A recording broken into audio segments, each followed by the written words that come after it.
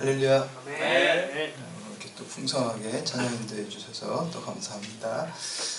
제가 예전에 일전에 그 초등학교 그 동창 어머니가 돌아가셔서 주문을 갔다가 거기 이제 동창하고 같이 이렇게 밥을 먹게 됐는데, 제가 목사니까 이 친구는 또 잘 믿지 않는 친구라니까 기독교에 대해서 이렇게 굉장히 곤란한 질문을 저한테 계속 하더라고요. 비판적인 그런 질문이죠.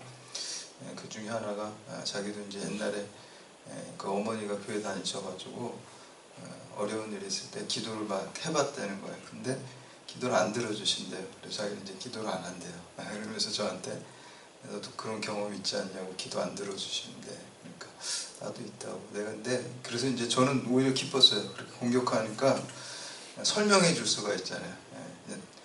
뜬금없이 그냥 제가 막 이렇게 포교 같은 하는 내용을 하면은 오히려 어색할 텐데 기회를 오히려 주더라고요. 공격해가지고 복음을 저한테 설명할 수 있는 기회를 줘가지고 오히려 반갑더라고요. 그래서 이제 막 한참 이제 설명을 해주고 옆에 있는 친구들도 그냥 갑자기 그냥 복음을 듣게 된 거예요. 그래서 이제 그 얘기를 하면서 그랬어요. 이제 뭐 기복 신앙과 기독교 신앙의 이제 차이 이런 거를 좀 설명도 해주고, 당연히 이제 그 기복 신앙에서는 내가 구한 대로 들어지지 않으면 나쁜 거지만 기독교는 꼭 그런 건 아니다.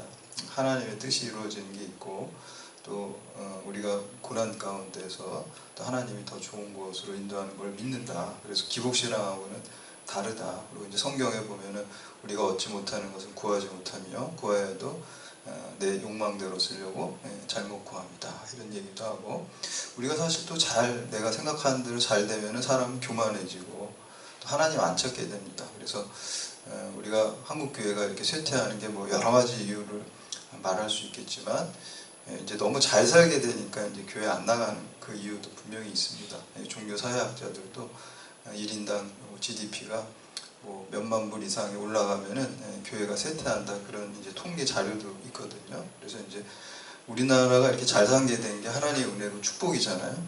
그리고 간절히 그냥 기도한 우리 부모님들 세대가 있었기 때문에 오늘 우리가 이렇게 풍요로움을 누리게 됩니다. 그러면 여기서 더 해야 되는데 또 사람은 그렇지 못한 것 같아요. 그래서 이제 고난 가운데 오히려 교회가 성장했고, 우리가 함께 읽는 사도행전도 마찬가지예요. 우리가 초대교회는 엄청나게 고난을 받았는데 엄청나게 성령의 역사, 기적의 역사, 치유의 역사, 부흥의 역사가 있게 됐습니다. 오히려 이 기독교가 이제 로마의 314년 그 밀라노 칙령과 380년 데오도로스 황제에 의한 또 국교가 되면서 오히려 더 그때 이제 박해가 없어지면서 세속화와 타락의 길을 걷기 시작했다는 거예요. 참 신비죠. 어떻게 보면 고난의 신비고, 기독교는 십자가의 종교인데 십자가라는 게 결국 고난이고, 근데 고난으로 끝나는 건 아니죠. 그 고난을 통해서 우리가 영광을 얻고 부활을 얻고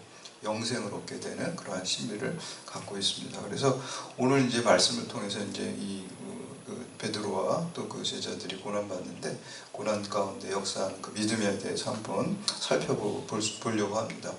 우리가 이제 그 기도하면은 제일 유명한 사람이 그 조지 뮬러를 이제 생각하죠. 5만 번의 기도이죠. 그 책도 있고, 저도 이제 예전에 한번 브리스톨이라는데 이분의 고아원이 거기 있어요. 그래서 영국의 브리스톨을 이제 가게 됐는데 그 고아원은 못 갔어요. 사실 저는 엄청 가고 싶었는데 일행이 있어가지고 혼자 이렇게 개인 행동을 할 수가 없어가지고, 사실 이제 브리스톨의 존 웨슬리의 뉴룸이라는 교회가 있어요. 감리교 최초의 교회입니다. 런던에 세운 게 아니라 사실 브리스톨 뉴룸이라는 데서 감리교 교회가 처음 교회가 사실 브리스톨에 있었기 때문에 거길 갔죠. 거길 갔다가 이제 여기 이제 그 조지 뮬러 고아원이 있었는데, 이분이 이제 거기서 기도하면서 여러 가지 어려움들, 뭐 고아들을 먹이고 보살피고 하려면 다 돈이잖아요, 그게. 그래서 이제 기도에 의존해가지고 그분이 그렇게 많은 기도에 응답을 했는데, 어떤 분이 하나로 이분이 그렇게 기도해서 후원받은 금액이 1,300억이래요. 기도해가지고 1,300억을 부르는데, 근데 이제 이분의 기도는 아까 그 친구 얘기처럼 자기 어떤 기복적인 자기의 욕망과 뜻이 이루어지는 기복적인 기도가 아니라 하나님의 말씀이 이루어지고 하나님의 뜻이 이루어지는 기도를 해서 그런 응답을 받았다는 거예요. 그래서 이분이 기도한 내용을 보면은 하나님 말씀대로 하나님께서 고아들을 그 환난 중에 돌아본다 그러셨는데 그 말씀이 이루어지게 해주세요. 그 환난 중에 있는 고아들을 돌봐주세요. 이렇게 기도하니까 그게 그대로 응답된대. 그러니까 이분이 사심이 없이 정말 하나님의 말씀이 이루어지고 하나님의 사랑이 이루어지기를 간절히 기도할 때 그 5만 번의 기도 응답이 있게 된 줄로 믿습니다. 네. 바로 구해야 됩니다. 그게 이제 기독교 신앙이에요. 그래서 이제 키르케고르라는 철학자가 이제 기도에 대해서 그렇게 얘기하잖아요. 기도라는 것은 내 뜻과 야망이 이루어지도록 하나님 앞에서 관철시키는 게 아니라 우리가 하나님 앞에 나가서 기도할 때 하나님의 소원과 하나님의 뜻이 나에게 관철돼서 하나님의 소원을 나의 소원으로 삼는 게 그게 기도다. 하나님의 뜻이 내 삶을 통해서 또 이 열방 가운데 이루어지기를 간절히 소원하는 거예요. 그게 이제 어떤 기독교적인 기도고, 그렇게 기도할 때 하나님의 기도 응답이 반드시 있게 될 줄로 믿습니다. 아멘. 그거를 체험한 사람이 이제 조지 뮬러고, 오늘 여러분들이 이 시대에 조지 뮬러와 같이 그런 기도 응답에 놀라운 역사가 있기를 주님의 이름으로 축복합니다. 그래서 오늘 특별히 이제 초대교회가 고난과 박해 속에서 굉장히 부흥하고 성장하는 것을 볼 수가 있는데, 우리가 1장에서 3장까지 이렇게 보면서 오순절에 성령 강림에 의해서 어떤 방언의 역사, 외국어 방언이죠.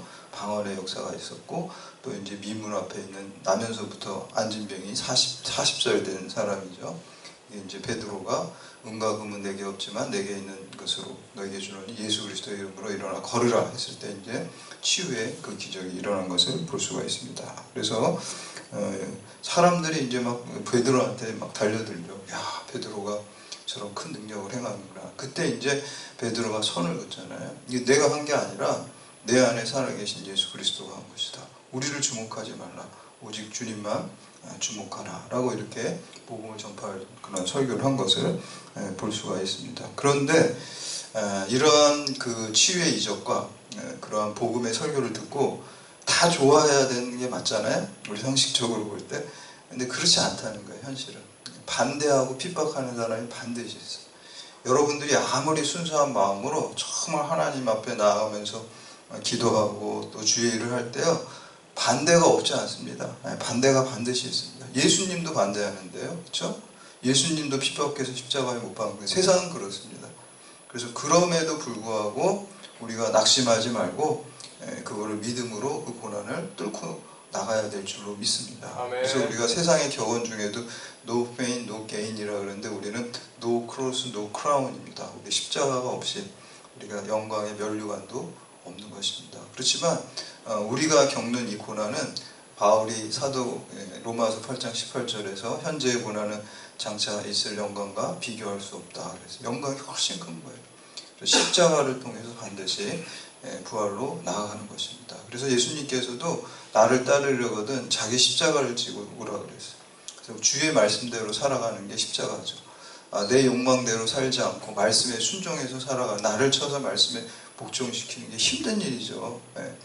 그렇지만 그 뒤에 말할 수 없는 영광이 우리에게 있다는 것을 믿는 게 그것이 진정한 믿음입니다. 그래서 십자가를 통해서 믿음으로 나갑니다. 우리 1절하고 2절에 보면 베드로를 박해하고 또 반대하는 사람들이 있었어요. 한번 읽어보겠습니다. 1절하고 2절 시작. 사도들이 백성에게 말할 때에 제사장들과 성전 맡은 자와 사두개인들이 이르러 예수 안에 죽은 자의 부활이 있다고 백성을 가르치고 천하를 싫어해요. 이렇게 최초로 이제 복음을 반대한 사람들입니다. 근데 참 의아하죠. 왜냐하면 지금 반대한 사람들 이렇게 보니까 제사장들, 종교 지도자죠. 그리고 성전 맡은 자들, 사람도 종교 지도자고, 사두개인들도 마찬가지입니다. 그 당시에 지도적인 역할에 있는 사람들이 오히려 솔선수범해서 복음을 환영하고 백성들을 또 하나님께로 이렇게 인도하는 일을 해야 되는데 오히려 이 사람들이 이제 반대하는 것을 볼 수가 있습니다. 그래서 오늘 이 사람들이 왜 반대했는지 세 가지 이유로 한번 살펴보도록 하겠습니다. 그래서 이걸 통해서 우리의 신앙을 돌아보고 혹시 우리 가운데도 이런 요소가 있을 수 있어요. 내가 사두개인일 수 있고 내가 성전 맡은 자일 수도 있고 내가 교회 다닌다고 하면서 내가 여기서 반대하는 제사장과 같은 사람이 될 수도 있습니다. 그래서 우리 가운데 이런 것이 있다면 깨끗하게 우리가 회개하고 또 우리가 믿음을 또 새롭게 결단하는 시간 되시기를 주님의 이름으로 축복합니다. 네. 첫 번째는 자신들의 신앙이 거짓으로 증명되기 때문에 반대하는 거예요. 거짓된 사람들, 불의의 사람들은 참된 사람인 거 싫어해요. 좋아해야 되는데 싫어해요. 나의 거짓이 드러나기 때문에 싫어하고 정의로운 사람이 오면 싫어해요. 내 불의가 드러나고 비교가 되니까 싫어요. 그래서 이 사람들은 그래서 싫어. 자기의 신앙이 거짓이고. 왜냐하면 유대교 지도자들이 결국에는 예수님을 십자가에 못 박은 거거든요. 그렇기 때문에 만약에 그 예수가 자기네들이 처형한 그 예수가 계속 나쁜 사람으로 있어야 되는데 이렇게 부활했고 하나님의 아들이고 이렇게 되면 안 되거든요. 그리고 병자도 고치고 그렇기 때문에 이 베드로가 병자를 고치고 복음을 전하는 것, 예수 그리스도의 십자가 부활의 복음을 전하는 것을 싫어하고 또 핍박하는 것을 볼 수가 있습니다. 참 어리석어요, 이 사람들이. 만약에 자기가 잘못해서 예수를 십자가에 못 박혀도 우리가 잘못은 할 수 있잖아요. 그렇지 않나요? 우리가 말도 실수하고 행동도 실수하고 사실 특히 이제 뒤돌아보면 지금도 부끄럽지만 우리 젊었을 때 저도 이렇게 보면 참 어리석은 행동을 너무 많이 했어요. 근데도 하나님이 나를 이렇게 내치지 않고 이끌어 주시는 게 참 은혜인데 그런 게 많잖아요. 우리가 후회되는 일, 어리석은 일들이 많이 있어요. 근데 우리가 하나님 앞에 나와서 회개하면은 하나님께서 다 용서해 주시고 우리들을 더 크게 사용해 주실 줄 믿습니다. 아멘. 잘못은 누구나 합니다. 그러나 잘못은 누구나 하지만 두 가지 부류의 사람이 있어요.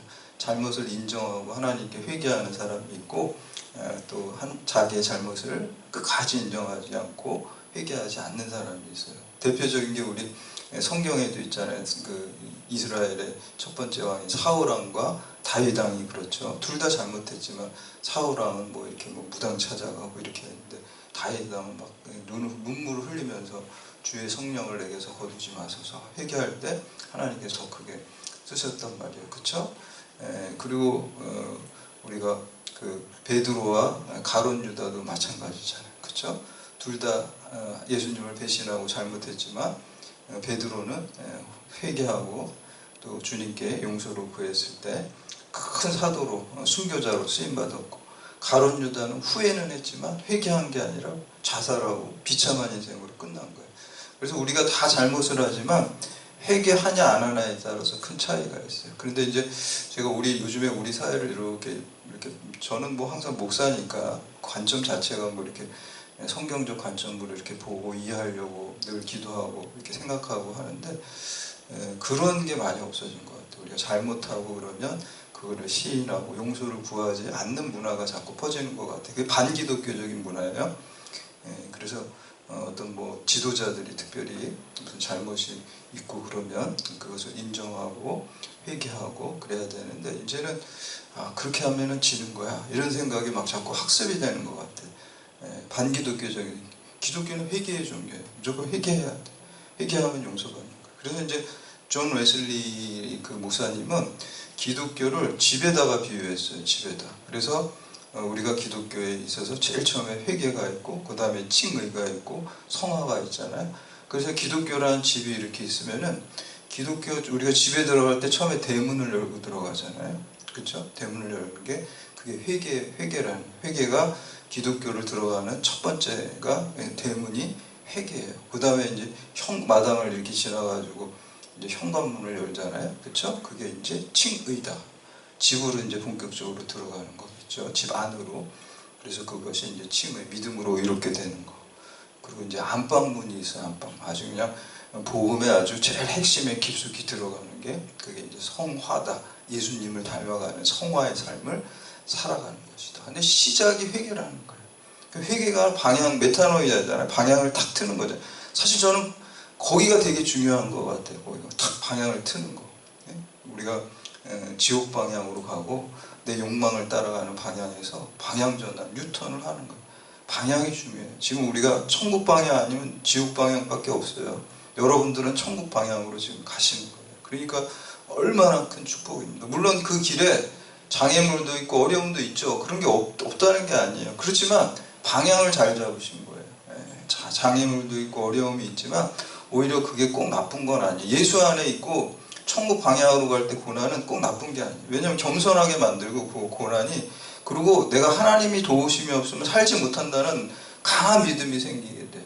그리고 그 가운데 하나님의 음성 듣기도 해요. 고난 가운데 상한 심령으로 기도할 때 하나님의 음성 듣기도 하고, 또 내가 체험하기도 하고, 마치 광야 같은 데서 하나님을 의지할 때 또 만나로 먹이시는 기적을 체험하게 될 줄로 믿습니다. 아멘. 그래서 고난이 기독교인들에게는 꼭 나쁜 게 아니에요. 고난 때문에 내가 연단되고 내가 변화되고 내가 겸손해지고 하나님만 붙들고 사는 방법을 배우게 되는 거예요. 그래서 고난이 깊은 사람들이 사실은 영성이 깊어요. 근데 그렇다고 제가 여기서 여러분 고난 받으세요 이러면 다 싫어하겠지. 아멘 안 하시겠죠. 그러니까 고난도 내가 하고 싶어서 하는 게 아니에요. 그러니까 하나님의 이끌림을 받는 거예요. 그래서 고난 가운데도 우리가 반드시 주님 붙들면 승리하고 더욱더 큰 축복의 자리로 나갈 줄 믿습니다. 아멘. 그리고 두 번째는 자신들의 이익이 위협이 되기 때문에 이 사람들이 반대한 거예요. 예수가 메시아고 부활이시고 기적을 베푸신다 그러면은 자기들의 신앙이 다 허구잖아요. 그래서 자기들의 위치가 흔들리고 자기의 생존권이 어렵다라고 생각한 거예요. 이제 유대교로 안 나올 거 아니야. 사람들이 전부 다 기독교로 떠나면 자기 속된 말로 밥그릇이 지금 다 없어지는 거잖아요. 그래서 이익에 반대되기 때문에 그렇게 되는 거예요. 요즘에 이제 대학생들 이렇게 보면 뭘 이렇게 모이라 그래도 참 안 모여요. 그래서 노성훈 교수님하고도 그런 얘기를 했는데 너무 안 모인다 그러고, 저 이제 자꾸 이제 라떼 얘기하면 이제 저기 학생들이 싫어할 텐데, 저 때 생각하면은 동아리 활동, MT 그런 거 엄청 했어요. 그쵸? 맨날 모였잖아요. 요즘 잘 안 모이는 것 같아요. 학생 뭐 모이라 그래도 안 모이고. 그래서 이제 제가 어떤 분 그런 얘기를 하는 거 들었어요. 요즘 학생들은 이익이 안 되면 절대 안 간대요.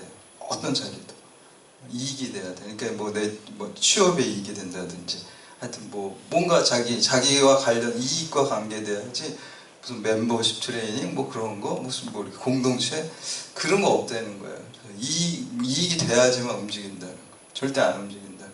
그래서 요즘에 이제 그런 현실 속에 있는데, 아무튼 우리가 그 논어에 보면 또 그런 말이 있어요. 군자는 의리에 밝고 소인은 이익에 밝다라고 이런 말이 있는데, 우리 군자는 그 이익이 아니라 의로움과 올바름을 추구하고, 또 소인은 또 이익을 추구한다. 또 견리사이라는 게 있어요. 우리가 이익을 보면 이것이 의로운 것인지 올바른 것인지를 먼저 생각하라 라고 이렇게 하는 것을 볼 수가 있습니다. 그래서 우리가 믿음 생활할 때 우리가 진리 자체이신 예수 그리스도를 먼저 생각하고, 이게 하나님의 뜻에 맞는지 틀리는지를 우리는 먼저 생각해야 될 줄로 믿습니다.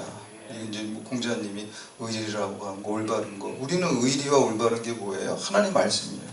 그래서 어떤 일을 할 때 이게 하나님 말씀에 옳은가, 하나님 말씀과 합치하는가. 믿음으로 사는 거는 내 생각과 행동을 말씀과 일치되게 사는 거예요.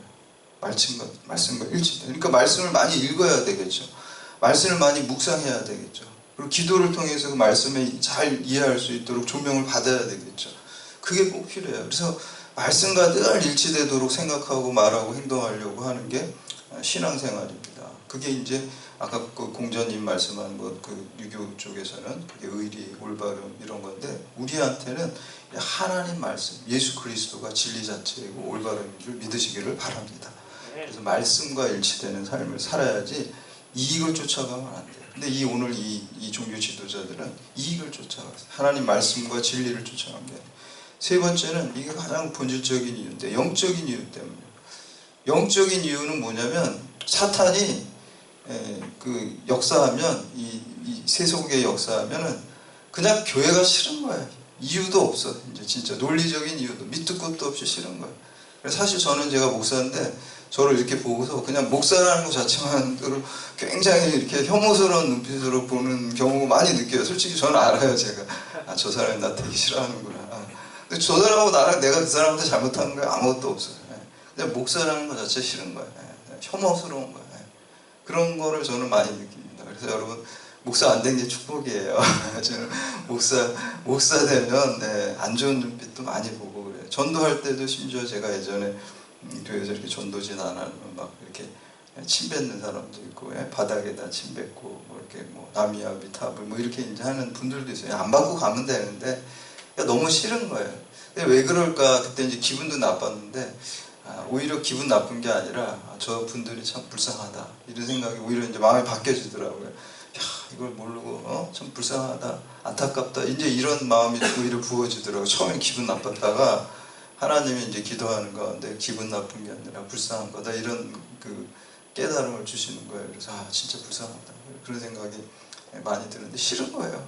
그냥 교회가 싫고 뭐가 이제 영적인 문제라고 저는 생각이 듭니다. 그리고 우리가 문화나 예술이나 이런 드라마, 영화 보면 기독교에 대해서 그렇게 막 혐오스럽게 그리는 게 많은 게, 왜냐하면 사탄은 천국으로 사람들이 가면 안 되거든요. 그거를 교회를 통해서 사람들이 천국으로 가니까 그거를 방해하기 위해서 자꾸 교회를 공격하는 거예요. 물론 우리가 교회가 그렇다고 해서 잘못하는 게 없다는 게 아니에요. 있어요. 근데 저는 맨날 그렇게 개신교 목사를 막 비판적으로 얘기하는 거 보면은 저는 그런 생각해요. 맨날 제가 목사니까 스님도 잘못하는 거 많은데, 그리고 신부님도 잘못하는 거 저런 거 똑같이 있을 텐데 왜 거기는 안 건드리지? 그런 생각 참 많이 해요. 똑같이 있단 말이에요. 거기도 없는 게 아니에요.